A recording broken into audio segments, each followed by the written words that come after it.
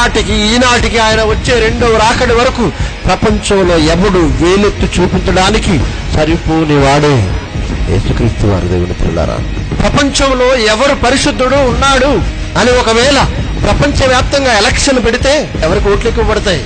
యేసుక్రీస్తుకి.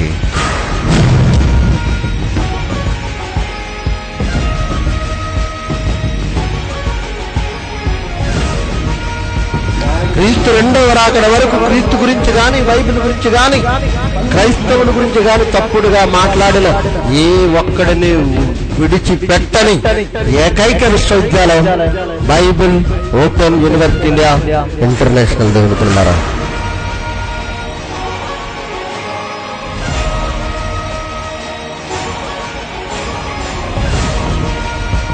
తూర్పుగోదావరి జిల్లా రాజమండ్రికి దగ్గరలో ఉన్న ఇవి వేమగిరి బహిరంగ సభలో అతన్ని సవాలు చేస్తున్నానండి.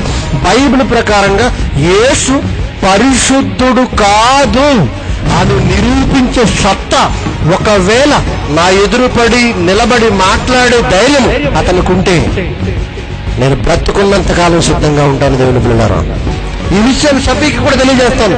ఒకవేళ బైబిల్ ప్రకారంగా యేసు పరిశుద్ధుడు కాదు, ఇదే వాదనను గాని ఏ వాదననైనా నా ఎదురుగా ఒకే వేదిక మీద మాట్లాడగలిగే సత్తా, సబ్జెక్టు, ధైర్యం అతనుకుంటే నేను పెట్టే ఒకే ఒక కండిషన్ అండి, వేదిక మీద నేను ఇస్లాం స్వీకరిస్తాను.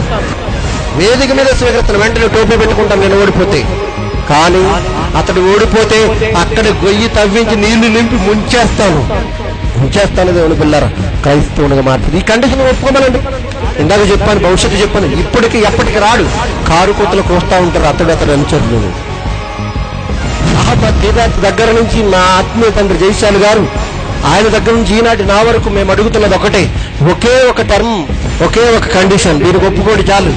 మీరు ఓడిపోతే క్రైస్తవాన్ని స్వీకరించాలి, మేము ఓడిపోతే ఇస్లాంను స్వీకరిస్తాం. రెడీ అని అడుగుతున్నామండి.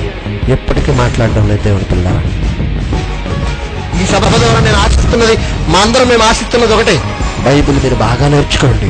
శత్రువులు ఉన్నారు. క్రీస్తుకి విరోధంగా, బైబిల్కి విరోధంగా ఎవడు మాట్లాడినా వాడిని విడిచిపెట్టకూడదు.